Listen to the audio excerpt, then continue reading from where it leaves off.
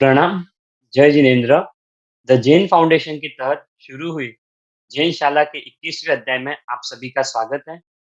पिछले अध्याय में हमने पंचाचार सूत्र के अर्थ के बारे में जाना, जिसके अंतर्गत ज्ञानाचार, दर्शनाचार, चारित्राचार, तपाचार और वीर्याचार, श्रावक श्राविकाओं के 5 आचार, जिनके बारे में हमने विस्तार से जाना। मैं इस मंच पर आमंत्रित करना चाहूंगा दीप्ति बहन को, जो हमें सूत्र अर्थ की श्रेणी में आगे लेके जाए और सुगुरु वंदन सूत्र आज हमें समझाए। प्रणाम दीप्ति बहन, आपका स्वागत है। आज का हमारा सूत्र है सुगुरु वंदना सूत्र। सबसे पहले तो मैं जो गुरु वंदन है उसका थोड़ा बता दूं, फिर ये सूत्र का अर्थ हम देंगे। हमारे हाँ यहाँ जी। टाइप्स के गुरु वंदन होते हैं। सबसे पहले फेटा वंदन बोला जाता है, जिसमें हम सिर्फ मध्याह्न वंदनामी बोलते हैं। रास्ते में कोई गुरु भगवान मिल जाते हैं या तो कोई बार हमारा पंचांग प्रणिपात हम कर सके ऐसी सिचुएशन न हो, तब सिर्फ मस्तक को नमा के हम जो मध्याह्न वंदनामी बोलते हैं उससे फेटा वंदन बोला जाता है। दूसरा जो हम अभी कर रहे हैं, दो खमासना और इचकार और अभूठ्यो, उसे हम थोप वंदन बोलते हैं। थोप वंदन यानी मध्यम गुरु वंदन। और आज हम जो अर्थ रह रहे हैं जिस सूत्र का, उसे हम वार्तावर्त वंदन बोलते हैं।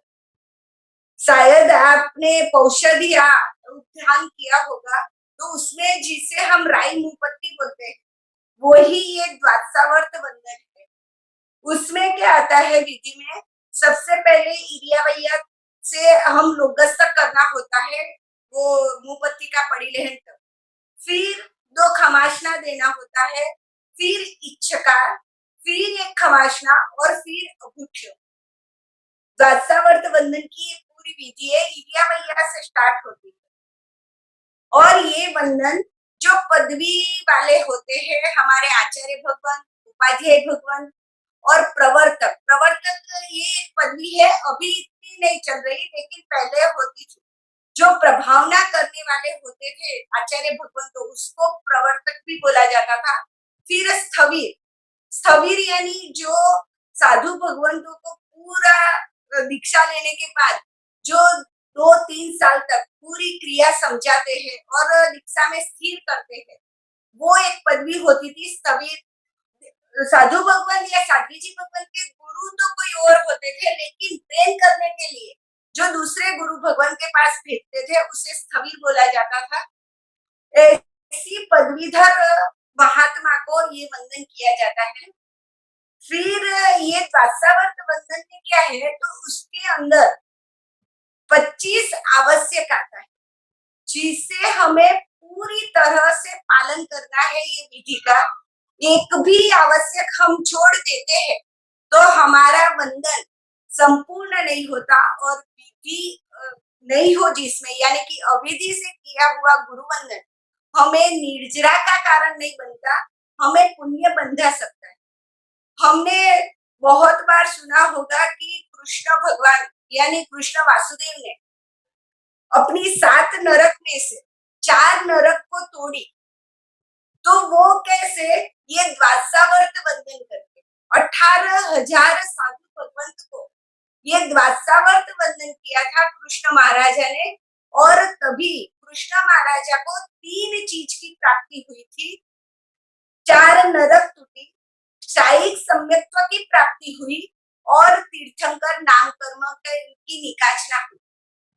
तो ये गुरुवंदन क्या है, हम पूरी इसके हम अर्थ करेंगे, लेकिन ये अर्थ करने के लिए हमें एक एक शब्द को बराबर अर्थ से जानना है। आज का सेशन में थोड़ा गुजराती में ज्यादा बोलूंगी, क्योंकि अमुक अर्थ का मुझे हिंदी नहीं पता, इसलिए।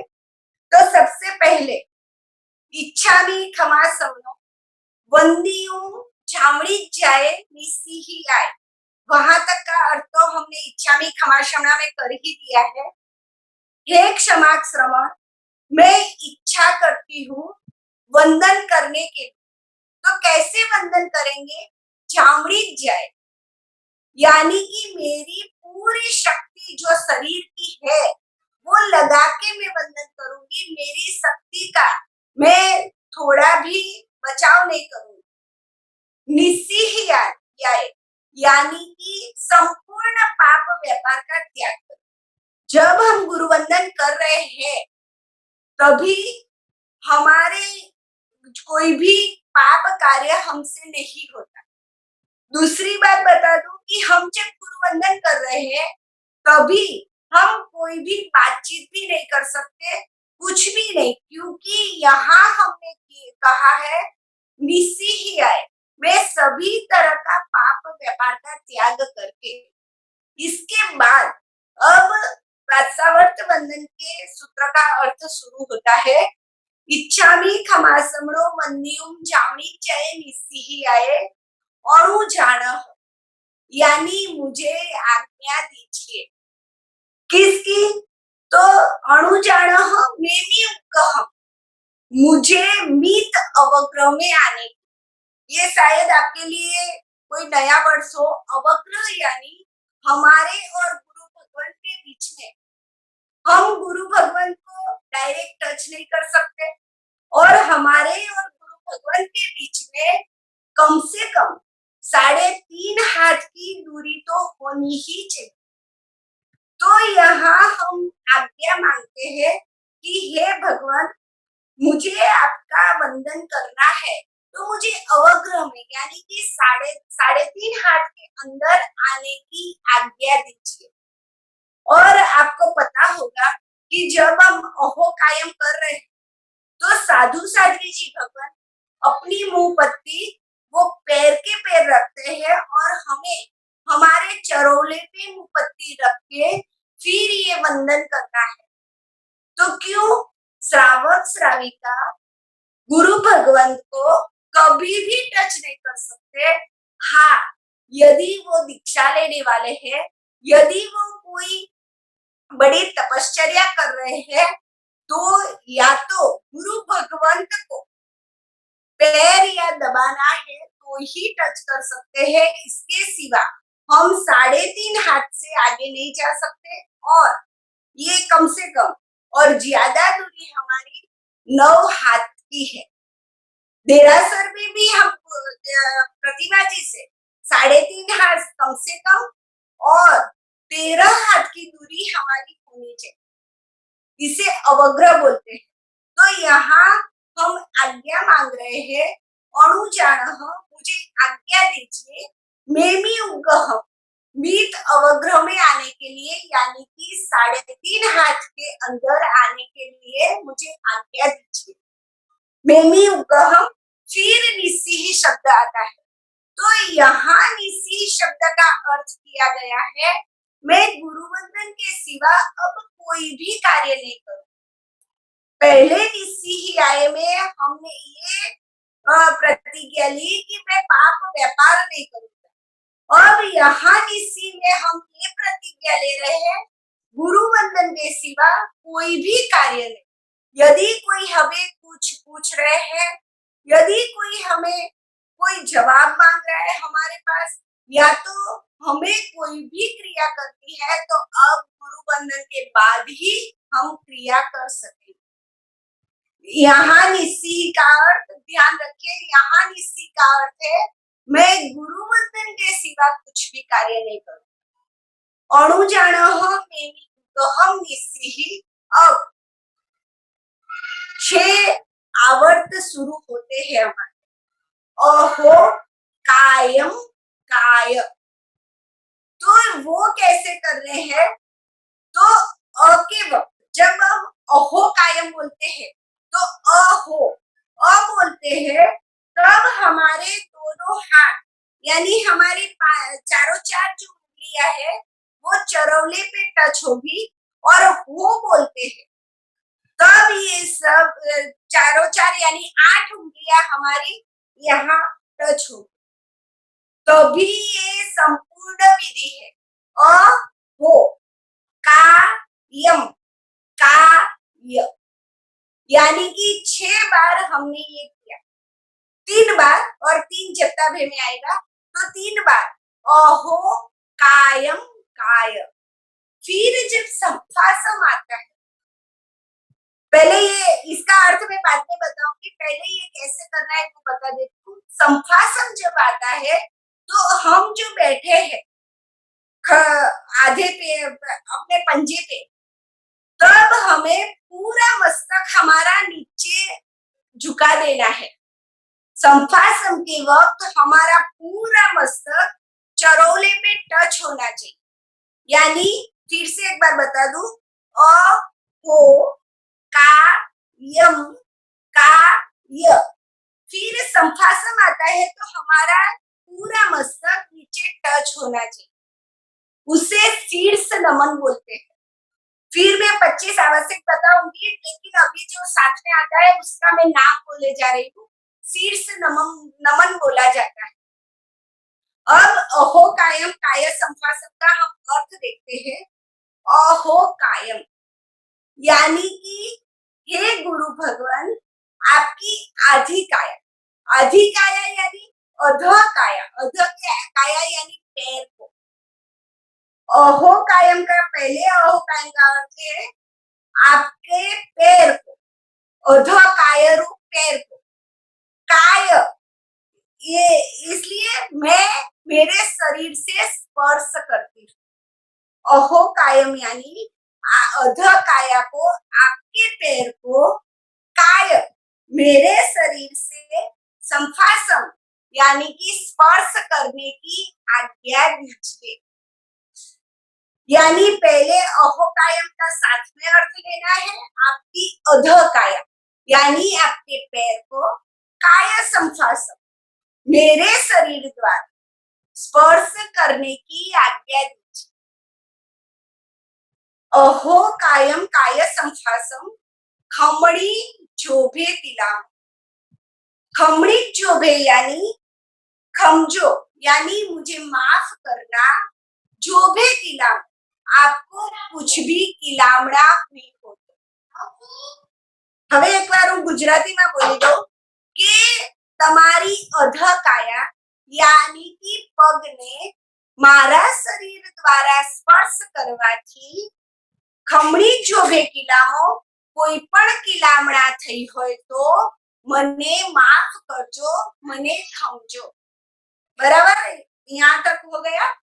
फिर खमड़ी जोबे किलम, अप्पा किलम टाणम यानी कोई पण खेद थयो होय। पहले तो हमने बोला है खमड़ी जोबे किलमो अप्पा किलम टाणम यानी अल्प ज्ञानी वाला। अल्प ज्ञानी यानी ग्लानी नो अर्थ थाय छे, આપણે અતિચારમાં પણ આવે છે બાલ ભૂત ગ્લાન તપસ્વી। તો જ્ઞાન એટલે કે આપને મારા અડવા દ્વારા કઈ પણ દુઃખ થયું છે તો એને અપકિલમ તાણમ એટલે કઈ પણ કિલામણા થઈ છે તો, કઈ પણ ખેદ થયો છે તો, કઈ પણ દુઃખ થયું છે તો બહુ શુભેણ ભાવે, બહુ શુભેણ ભે बहुत समाधि भाव से। फिर मैं पूरा अर्थ लूंगी। ये सूत्र में ऐसा है कि हमने पहले कोई लाइन का अर्थ को तीसरी चौथी लाइन के साथ सेटिंग करना है।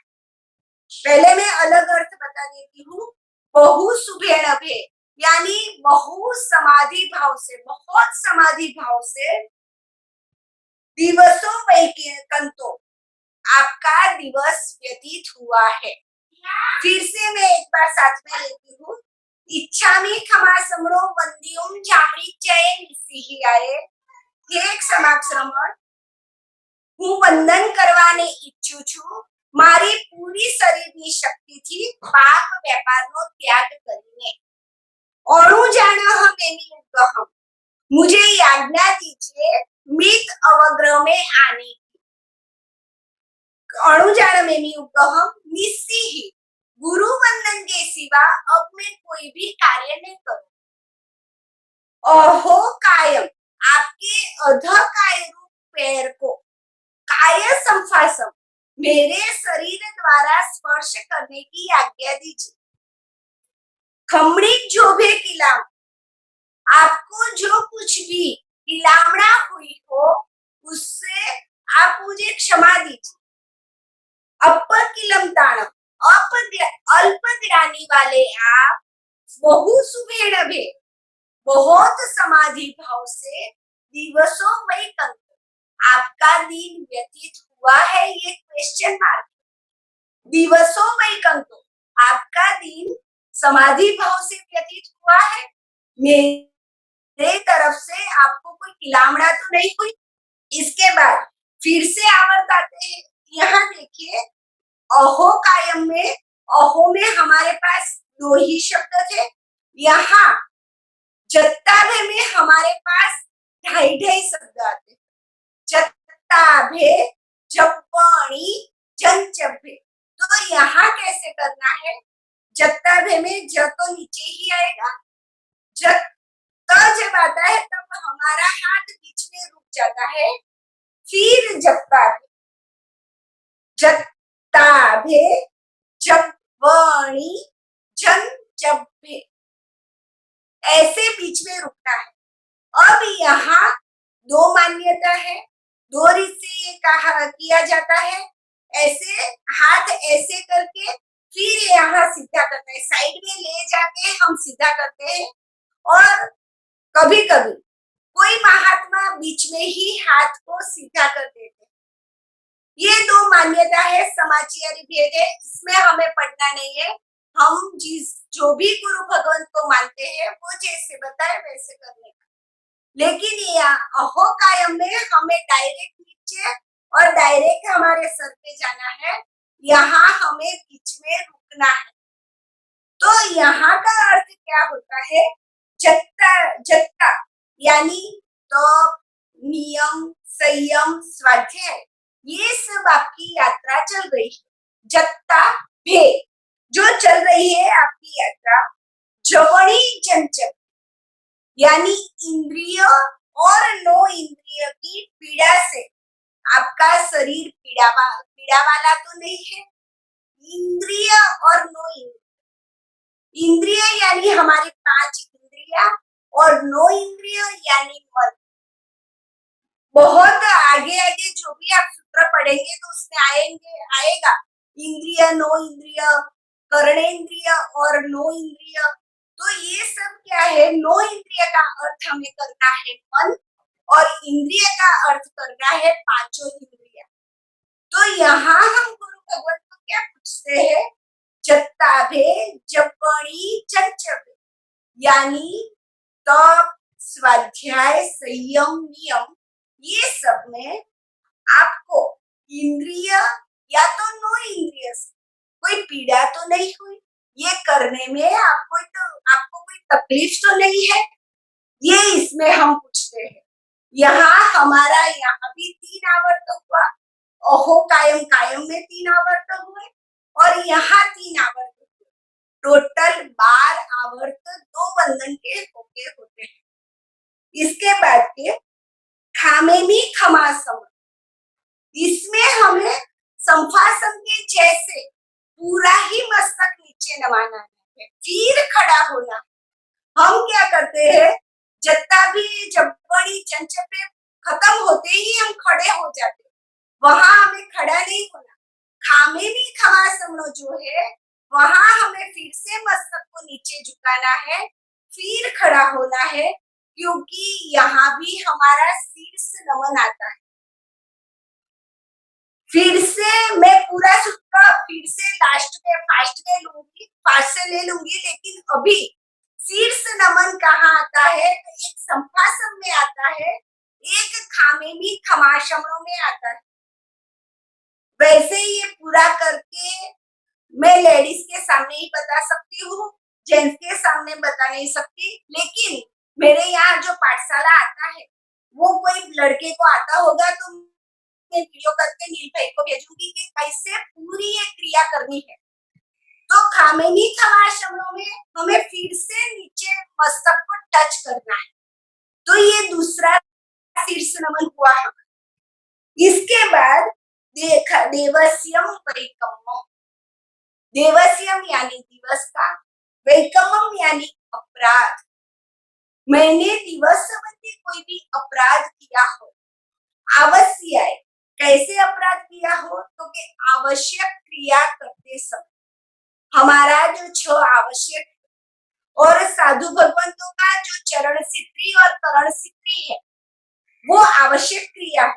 तो वो आवश्यक क्रिया में पूरे दिन में या तो जब हम सुबह बोलते हैं तो पूरे रात्रि काल में जो भी अपराध किया है, देखिए अपराध और आशातना ये दोनों वर्ड्स में बहुत फर्क है।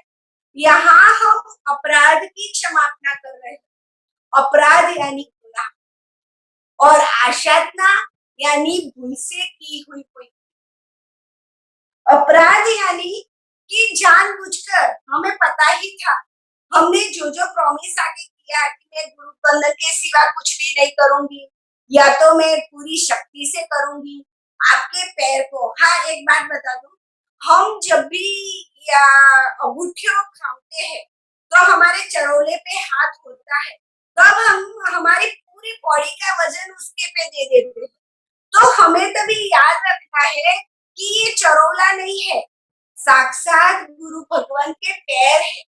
तो हमें ऐसे સિમ્પલ एकदम हल्को हाथ રાખવાનો છે, एकदम ભારથી पूरी बॉडी को नहीं नमा देना, क्योंकि हम जब इसे चरोला समझेंगे तो जो गुरु वंदन की क्रिया है उसका लाभ हमें नहीं मिलेगा, हमारी निर्जना नहीं होगी, हमें साक्षात गुरु भगवान के पैर समझने।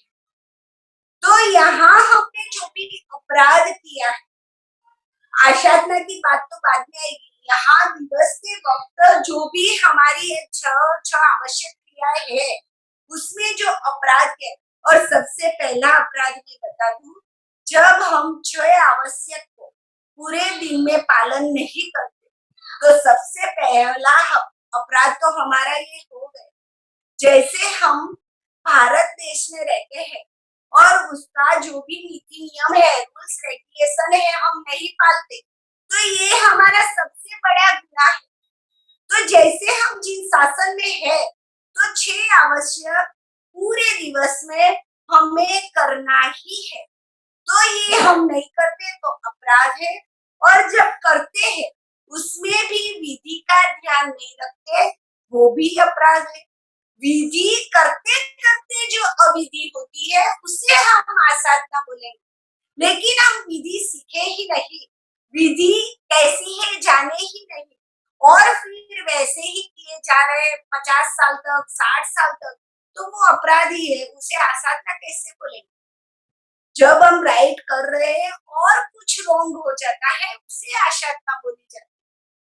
तो यहाँ अपराध का हमने प्रायश्चित मांगा है कि पूरे दिन में दिवसीयम वैकम्यम, पूरे दिन में हमने जो भी अपराध किया है आवश्यक क्रिया हमारे लिए 6 आवश्यक, और गुरु भगवान के लिए चरण सिद्धि और करण सिद्धि में जो भी अपराध किया है उसका परिक्रमामी मैं प्रतिक्रमण करता हूँ, मैं इससे वापस आता हूँ।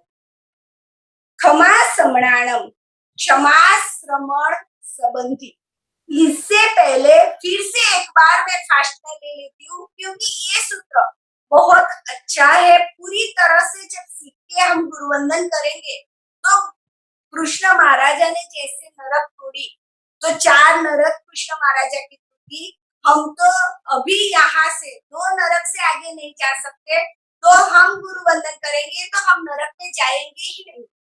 तो फिर से एक बार मैं पूरी गाथा के साथ में ले लेती हूँ, गुजराती में बोलूंगी।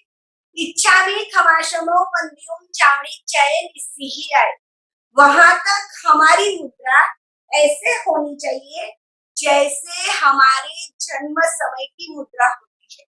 जन्म समय हम पूरे नमे हुए होते हैं, એટલે આપણે પૂરા નમેલા હોઈએ છીએ ત્યારે, યાની કે આપણું જેટલું હાઈટ હોય એનાથી અડધી હાઈટ જ આપણી દેખાતી હોય છે, એવી રીતે એને કહેવાય છે યથાજાત મુદ્રા। યથાજાત यानी યથા એટલે જેવી રીતે જાત यानी જન્મ સમયની આપણી મુદ્રા હોય, અથવા તો દીક્ષા લેતી વખતે જેવી મુદ્રા હોય, એટલે પૂરું આપણું માથું જેટલું નીચું નમી શકે એટલું અને બે હાથ કપાળે જોડેલા હોય એવી રીતની આ મુદ્રા। ક્યાં સુધી બોલવાનું? इच्छामि खमासमो वंदेयं જાવણીચાય નિસિહિયાય અણુ જાણહ ત્યાં સુધીની આપણી મુદ્રા છે યથાજાત મુદ્રા. પછી નિસિહ, પછી અહો કાયમ કાય, એમાં આપણે 12 આવર્ત કરશું. કાય સંફાસમ, સંફાસમમાં આપણે શીર્ષ નમન કરશું એટલે પૂરું મસ્તક નમાવશું. ખામેમી ખમાસ, ખમણી જોભે કિલામો અપકિલમ તાણમ, એમાં પાછા યથાજાત મુદ્રાની જેમ ખમણી જોભે કિલામો અપકિલમ તાણમ બહુ સુભેણ બે ત્યાં સુધી દિવસો વૈકંતો ત્યાં સુધી એવી રીતે. પછી જત્તા ભેમાં પાછા આપણે આવર્ત ચાલુ થશે. જત્તા ભે જબ્બણી જંચભે, પછી ખામેમી ખમાસમનો એમાં પાછું શીર્ષ નમન થશે. પછી આપણે યોગ મુદ્રામાં ઊભું રહેવાનું. દેવશ્યમ વૈકમમ આવસ્યાએ પરિક્રમામી ખમાસમણાણ ત્યાં સુધી. હવે આપણે જે ગુરુ ભગવંતને આશાતના કરી છે એનું ચાલુ થશે. हमारे जिन मंदिर संबंधी 84 आशातना है और हमारे गुरु भगवंत संबंधी 33 आशातना हम गुरु भगवंत की कर सकते हैं. ओबूठियों में हमने 10 बड़ी वाली आशातना की थी, यहाँ 33 आशातना की बात की जाएगी. इसमें 33 आशातना का नाम नहीं है, लेकिन मैं अमुक अमुक आपको बता देती हूँ कि गुरु भगवंत के आगे भी हम नहीं चल सकते, पीछे भी नहीं चल सकते, बाजू में भी नहीं चल सकते. तो ये 3 ऐसी है. हम गुरु भगवंत के आगे खड़े नहीं रह सकते, पीछे खड़े नहीं रह सकते, बिल्कुल बाजू में खड़े नहीं रह सकते, बैठ भी ऐसे नहीं सकते. तो ऐसे 9 आशाता. फिर गुरु भगवंत हमको बुलाए, आवाज दे, तो हम हमारी जगह पर से हाँ मैं आ रही हूँ ऐसा हमारी जगह पर से नहीं बोल सकते. हमें उठकर वहां जाना है, फिर जवाब देना है. इसके बाद गुरु भगवंत जब आ रहे हैं, ये गुरु भगवंत जो साधु साध्वी जी भगवंत के है उसकी भी साथ में आशाधना है. तो जब साधु साध्वी जी भगवंत बोर के ले जाते हैं तो फिर पहले गुरु भगवंत को वो बताते नहीं तो वो आशाधना है. ऐसी सभी आशाधनाएं 33 आशाधना है. तो यहाँ 33 आशाधना को हम कितने टाइप से कर सकते हैं ये बताते हैं. एक ही पाप हम कितनी तरह कर सकते हैं ये सब बात अब शुरू होती. तो यहाँ से शुरू होती है क्षमा सम्राणम, क्षमा श्रमण संबंधी. दिवसीय आसान, दिवसीय आसान, दिवस संबंधी की गई आशातनाओं में से कैसे करते हैं. तो जंग किंची, जे कोई भी मिथ्याए, मिथ्यात्व रूप आशातना की है. तो मिथ्यात्व यानी क्या, अज्ञानता. हमें पता ही नहीं है कि गुरु भगवंत क्या है. जैसे कोई नए नए आते हैं पहली बार गुरु भगवंत के पास, तो उसे पता नहीं होता कि गुरु भगवंत को क्या बोला जाता है, गुरु भगवंत को कैसे वंदन किया जाता है, गुरु भगवंत के साथ कैसे बात की जाती है. तो कोई छोटा बाल मुनि होते हैं तो वो ऐसे ही जैसे कोई लड़के को बुलाते हैं ऐसे बुला दे, यानी अज्ञानता बस.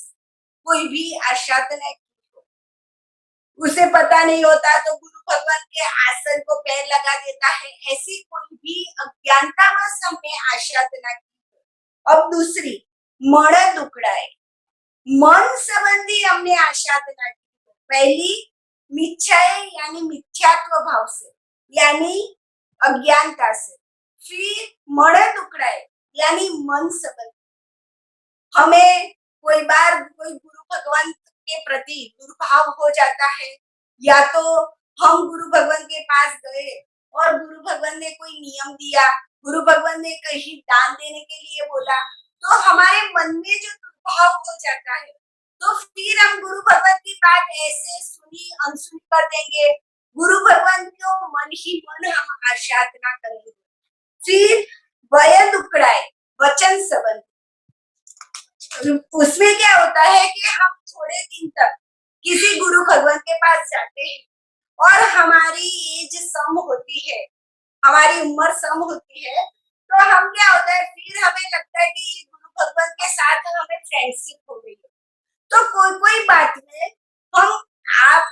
नहीं बोलते हैं, लेकिन कोई बात में हम फ्रेंड्स जैसे व्यवहार करने लगते हैं, या तो हमें भी हाथ रख देते हैं, या तो कुछ गुरु भगवान के पास लेना हो तो जबरदस्ती लेते हैं। तो ये सब क्या है? वचन संबंधी। वचन संबंधी, अरे सॉरी, काय संबंधी और वचन संबंधी में हम कोई बार कह देते, नहीं आज तो मैं ये नहीं करूंगा, कल करूंगा, ऐसे करूंगा, आप कर दो। हमें गुरु भगवान की आराधना करने का कोई इंटेंस नहीं है, लेकिन क्या है, हम हर रोज जाते हैं, हमारी उम्र सम है, तो हमें वो फ्रेंड्स जैसे लगते हैं। तो ये सब है वचन संबंधी और काय संबंधी आशा। इसके बाद कोहाए, माणाए, मायाए, लोभाए। कोई बार क्रोध से हम आशा कर देते हैं, ये हमारे में तो शायद कम होगा, लेकिन कोई ट्रस्टी वर्ग होते हैं, तो कोई बार कोई अनुष्ठान करवाना होता है तो क्रोध से भी आशा कर देते हैं कि नहीं ये इस बार नहीं होगा, ऐसे नहीं होगा, आपको ऐसे नहीं करना है, आपको ऐसे मात्रा नहीं डालना है, ये सब क्रोध से आशा कर। फिर मान से यानी कि हम कोई सेठ है, या तो हम कोई बड़े हैं और हमारे यहाँ कोई सर्विस में रहता था, या तो हमारे पड़ोस में कोई हमारे से कम उम्र वाले हैं और हम बड़े हैं, तो उसने दीक्षा ले ली, तो अब हम जाएंगे तो वंदन करने में हमें थोड़ी खींचखींचाहट होगी, तो हम हाथ जोड़ देंगे, पूरे वंदन नहीं करेंगे, या तो हमें शर्म आएगी कि हम इतने बड़े और कैसे वंदन करें, तो ये मान से आसाधना हो गई। फिर माया से आसाधना ऐसी होगी कि हमें आसाधना करनी, किसी को देखनी नहीं चाहिए, तो हम क्या करेंगे कि हम पीछे खड़े रहेंगे जब सभी व्याख्यान सभी में वंदन करते हैं, और किसी को ऐसा न लगे कि ये खड़े नहीं हुए, तो हम खड़े होंगे लेकिन खमाशना नहीं देंगे, या तो एक खमाशना देंगे। ऐसे हम माया से आसाधना करते हैं, या तो किसी गुरु भगवान ने कुछ बोला हो, हम जाके दूसरे गुरु भगवान को कुछ बोलते हैं, तो ये सब माया है। फिर लोहा है, लोभ से भी आसाधना हो सकती है, जैसे मुझे कुछ पढ़ना है तो मैं गुरु भगवान के पास जाऊंगी पढ़ने के लोभ से, और गुरु भगवान को कुछ काम होगा, ये होगा, तो मेरे मन में गुस्सा आ जाएगा, गुरु भगवान के प्रति दुर्भाव आ जाएगा, तो ये पढ़ने के लोभ से कारण हुआ, तो ये लोभ से आसाधना हुई, यानी क्रोध से, मान से, माया से और लोभ से। 33 प्रकार की आसाधना है। हम कितनी तरह कर सकते हैं, तो पहले मिथ्या यानी अज्ञानता से, दूसरे मन से, वचन से, काया से, क्रोध से, मान से, माया से, लोभ से, ये आसाधना हम कर सकते हैं। इसके बाद सर्वकालीय है, यानी सर्वकाल संबंध। सर्वकाल यानी भूतकाल, भविष्यकाल और वर्तमान काल में हमें किसी गुरु भगवान से कुछ अनबनी हो गई है, तो हम क्या करेंगे कि आगे 2-3 साल पहले कोई दूसरे गुरु भगवान से भी कुछ हुआ होगा, तो हम वो गुरु भगवान को भी अभी याद करेंगे, यानी भूतकाल में तो हमने आसाधना की थी, तब तो वर्तमान काल में, और अभी वो गुरु भगवान को याद करके कि वो गुरु भगवान ने भी ऐसा किया था, वो गुरु भगवान भी ऐसे थे, ये गुरु भगवान तो मोबाइल रखते हैं, गुरु भगवान भी रखते थे, तो ये क्या हुआ, भूतकाल। फिर वर्तमान काल में तो हम कर रहे हैं, और भविष्य काल में जो भी दीक्षा लेने वाला है और मुहूर्त निकल गया है, ध्यान से देखिए, सोचिए हम कितनी आसाधना करते हैं, और ये आसाधना हम बहुत ज्यादातर करते हैं।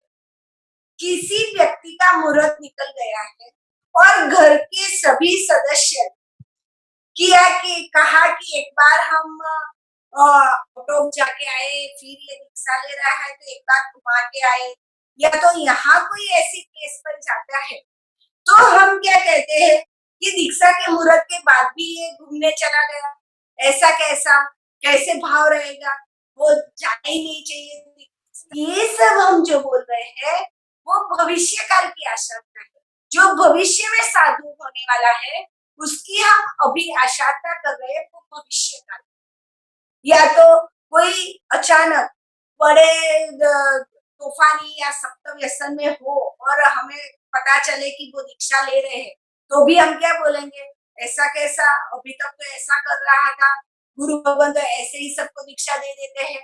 तो ये वर्तमान काल में जो साधु हो रहे हैं, उसके प्रति हमें भविष्य काल की हुई ये आशा न, अभी तो छोटे-छोटे बच्चे बहुत दीक्षा ले रहे हैं, तब भी हम ज़्यादातर ये आशा ना कर रहे हैं। जैसे हम बोल रहे हैं कि इतने छोटे को तो क्या पता चलता है कि दीक्षा लेनी चाहिए या नहीं लेनी चाहिए, दीक्षा लेके क्या करेगा? या तो दीक्षा लेके वो छोटे बाल मुनि भी खेलते थे नीचे, ये भी खेलेगा। तो ये सब भविष्य काल के साधु भगवंत की यानी गुरु भगवंत की आशा करें। लेकिन एक बात ध्यान में रखिए, हमें बच्चों को जहाँ भी भेजते हैं, वो वहाँ के माहौल में ट्रेन हो जाता है। यानी कि हमें बच्चे को यानी कोई गलत लड़के के साथ भेजा तो वो गलत सीखेगा, महाराज साहब के पास भेजा तो वो महाराज साहब जैसा हो जाएगा। यानी कुछ सीखना नहीं है, जिस माहौल में रहते हैं वैसा करेगा, लेकिन हम बोल-बोल के आशा ना कर ये है सर्वकाली है, फिर सर्व मिच्छो वैराग्य। तो आगे भी हमें जो देखो ये वर्ड आया था जंकिंची मिच्छा है, उसमें हमें अर्थ किया अज्ञानता से। अब यहाँ है सबको मिच्छो वैराग्य, यानी सर्व कूढ़ कपट रूप से आसाधना की। कूढ़ कपट रूप से तो कैसे?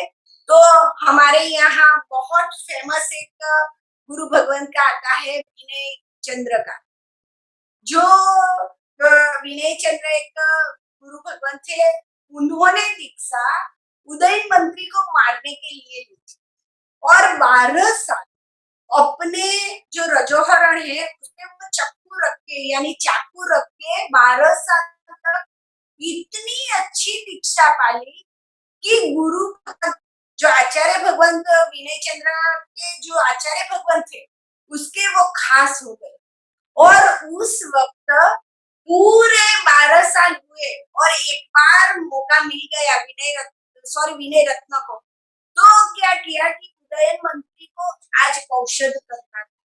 तो कौशल करने के लिए वो गुरु भगवान के पास गुरु भगवान को विनंती करने के लिए आए कि मेरे कौशल सालना में आप पधारिए, मुझे 14 का कौशल करना है। तो आचार्य भगवान अकेले तो नहीं जा सकते थे, तो साथ में खास अपने शिष्य विनय रत्न को लेके गए और वहां जाके विनय रत्न को आज मौका मिल गया कि वो सिर्फ उदयन मंत्री थे, उदयन राजा थे और ये गुरु भगवान थे आचार्य भगवान। और वो रात को जब वो उदयन राजा सो गए संथारा करके, तो वो रजोहरण में से चाकू निकालता है, चाकू, और वो राजा को मार देता है और मार के भाग जाता है, क्योंकि ये राजा को मारने के लिए ये राजा के जो दुश्मन राजा थे उन्होंने किया कहा था कि जो भी ये राजा को मारेगा उससे तो बहुत बड़ा इनाम मिलेगा, तो ये मार के वहां से भाग जाता है। यहाँ वो खून निकलता निकलता आचार्य भगवान के पास आता है, तो आचार्य भगवान का हाथ वहां है और वहां गरम गरम कुछ टच होता है, तो आचार्य भगवान ने देखा कि क्या है, तो थोड़ा थोड़ा उजाला था उसमें देखा तो ये तो खून आ रहा है। फिर आचार्य भगवान ने आगे जाके देखा तो विनय रत्न तो है नहीं और उदयन राजा को मार दिया है। तभी आचार्य भगवान ने भी वो चाकू से अपना खून कर दिया, यानी कि अपने अपने आप से ही काल धर्म पा गए, क्योंकि यदि शासन में नहीं तो निंदा होगी कि आचार्य भगवंत के शिष्य ने ऐसा किया, तो अभी क्या हुआ कि विनय रत्न तो भाग गया और कोई भी ऐसे सोचेगा कि ये दोनों को किसी ने मारा था और विनय रत्न अपनी जान बचा के भाग गए। तो विनय रत्न ने जो आशाधना की ये कैसे की, कूड़ कपट से। पूरे जो गुरु भगवान की इतने टाइम से जो सेवा की उसे भी आशाधना ही बोला जाएगा, क्योंकि अंदर कूड़ कपट था। वैसे ही हम भी अभी अभी कोई बार ऐसा करते हैं कि जैसे कोई आचार्य भगवान के पास कोई शक्तियाँ होती है, वैसे तो सभी आचार्य भगवान के पास होती है। लेकिन हमें कुछ मुश्किल है और हमें पता चलता है कि ये आचार्य भगवान कुछ जानते हैं, तो हम जाके पहले वंदन करेंगे, अच्छी-अच्छी बातें करेंगे। तो ये सब क्या है? हमारे अंदर कुछ अलग है, माया तो है ही, लेकिन एक कूड़ कपट है, मैं तो ऐसा करता हूँ, मैं तो ऐसा करता हूँ, बड़ी-बड़ी बात करें और फिर गुरु भगवंत को बात में लेके फिर अपनी बात बताएंगे। तो ये सब कूड़ कपट से की गई आशाधना है।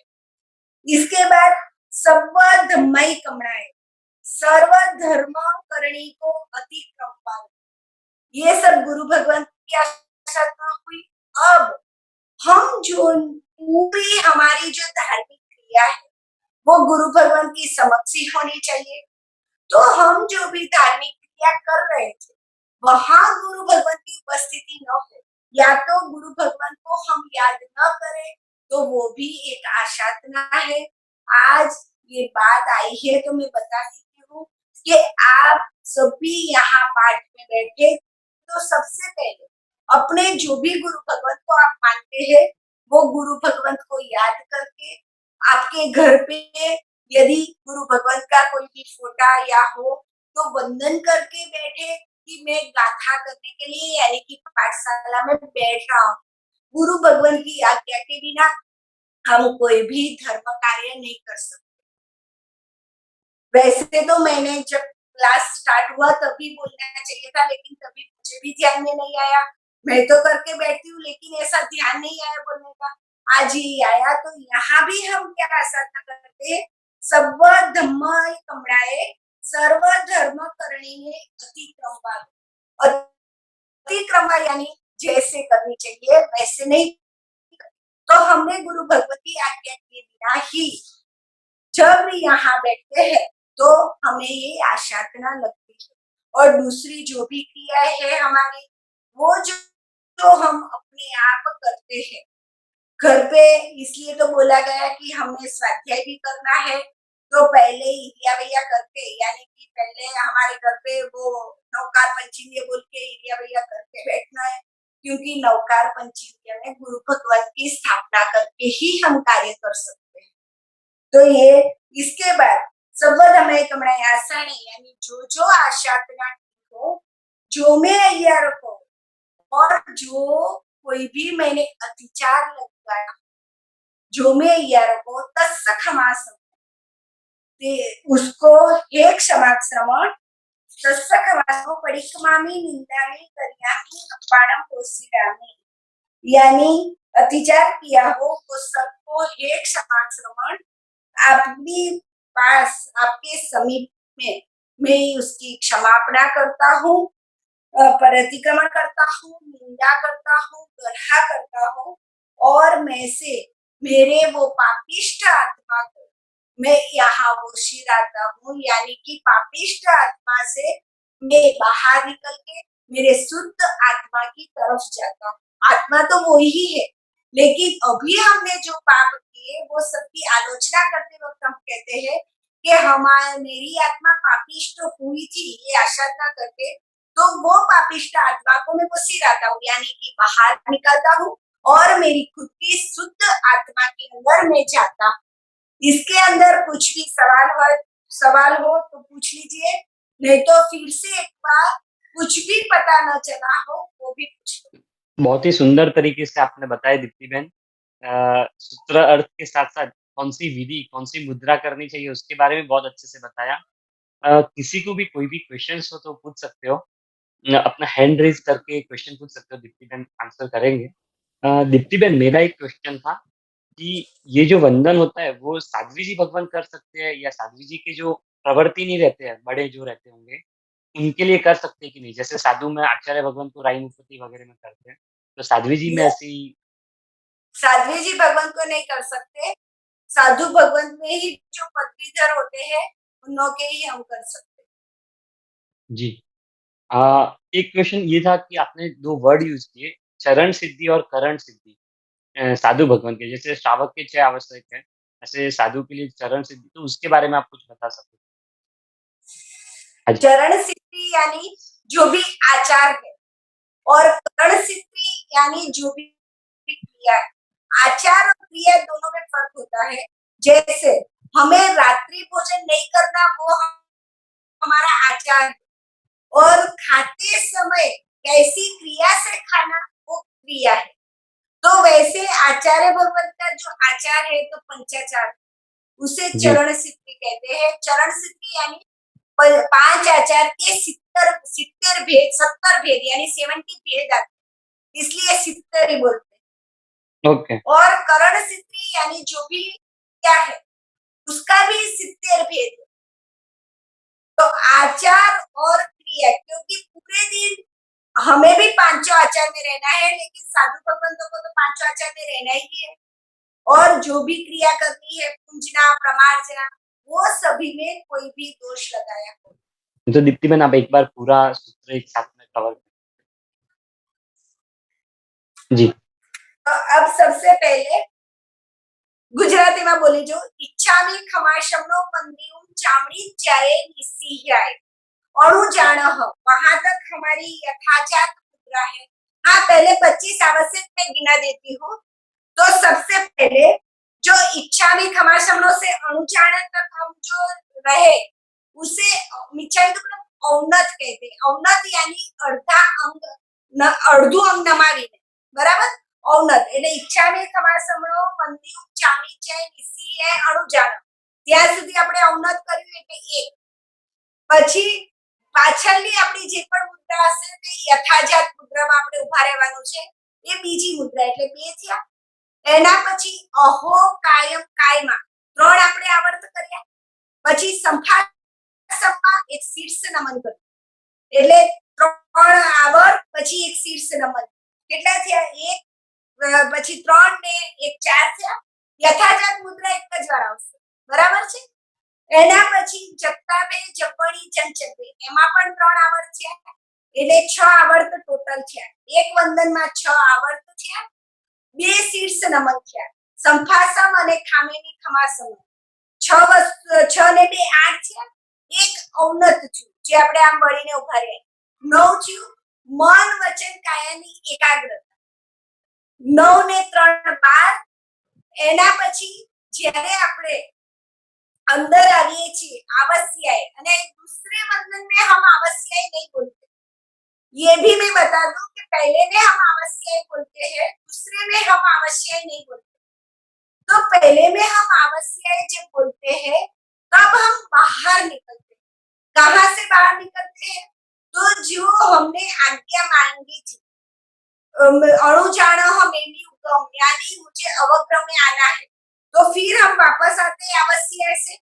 फिर दूसरी बार में आवश्यक बोलने का कोई मतलब नहीं है, क्योंकि अब हम अवग्रह में गए, पहले हम बाहर आएंगे तो दूसरे वंदन में अंदर जाएंगे ना, अवग्रह में।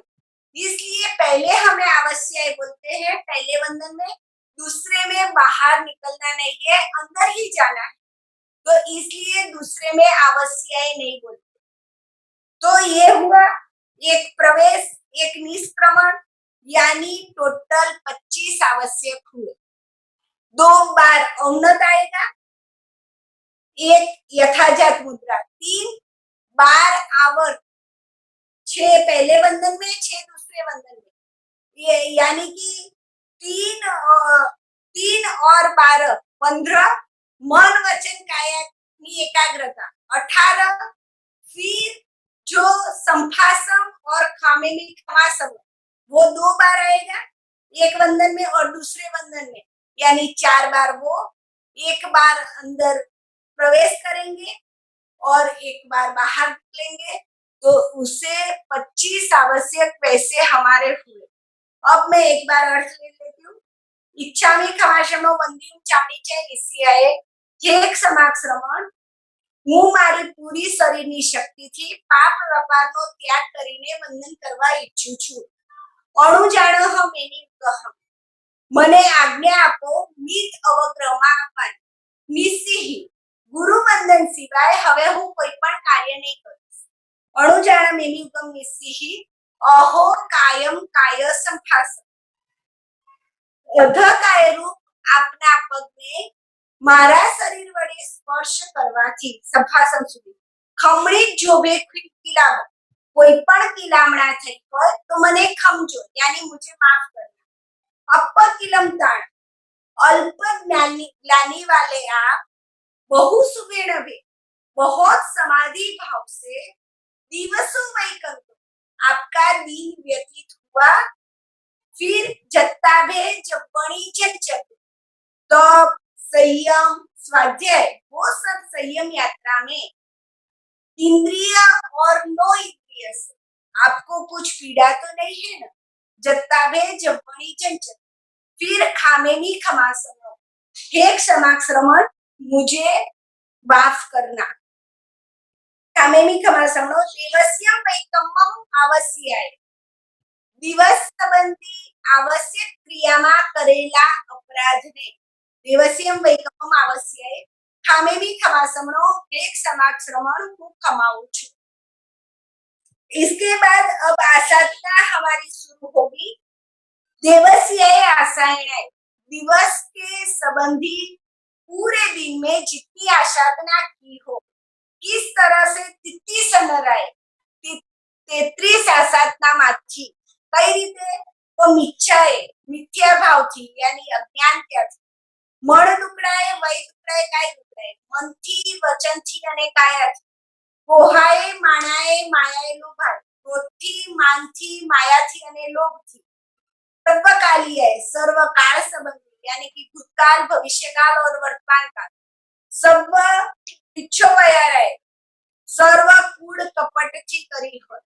सर्व धम्मई कमणाए सर्व धर्म क्रिया ने अतिक्रमवा रूप करी हो तस्स क्षमा समो तेने हे क्षमा श्रमण परिक्रमामी निंदामी गरिहामी अपाणम ओसिरामी प्रतिक्रमण करू छू निंदा करू छू गरहा करू छू અને મારા પાપિષ્ટ આત્માને હું પોષી લાવું છું निंदा और गरहा दो में एक फर्क है निंदा आत्मसाक्षी से करनी है और गरहा गुरु के समक्ष जब हम आलोचना लेते हैं गुरु के समक्ष हमारे पाप बोलते हैं उसे गरहा बोली जाती है इसका विशेष अर्थ हम वंदिता सूत्र में लेंगे क्योंकि वहां तो लगभग गाथा में तम निंदे तम च गरियामी आता है दीप्तिबेन बहुत ही सुंदर तरीके से आपने 2 और 3 बार हमको ये बताया और पूरा सूत्र जैसे याद हो गया हो उस तरह अर्थ के साथ 2 बार हमें ये करना रहता है दिन में और रात में। प्रतिक्रमण में भी द्वादशावर्त वंदन आता है। 3 तरह के वंदन के बारे में बताया, पेटा वंदन, थोप वंदन और द्वादशावर्त वंदन। दीप्तिबेन आपका खूब-खूब आभार व्यक्त करता हूँ। बहुत ही सुंदर तरीके से सूत्र, अर्थ और शब्दार्थ के साथ-साथ कौन से शब्द पे कौन सी विधि होनी चाहिए, कौन से शब्द पे कौन सी मुद्रा होनी चाहिए, यथाजात मुद्रा, अवनत मुद्रा, बहुत ही डिटेल में आपने बताया। खूब-खूब धन्यवाद आपका। कोई भी जीव हमारा वैरी नहीं है। सभी जीव के शुभ मंगल कामना से और सभी जीव निरोगी हो, वातावरण जो फैला हुआ है वो सबसे मुक्त हो, इस भावना से हम प्रार्थना करेंगे। शिवमस्तु सर्वजगतः परहितनिरता भवन्तु भूतगणा दोषाप्रयान्तु नाशः सर्वत्र सुखी भवन्तु लोकाः। आमेमि सर्वजीवे सर्वे जीवा कमन्तु मे मृत्युमे सर्वभूतेषु वैरं मज्जनकेणयि।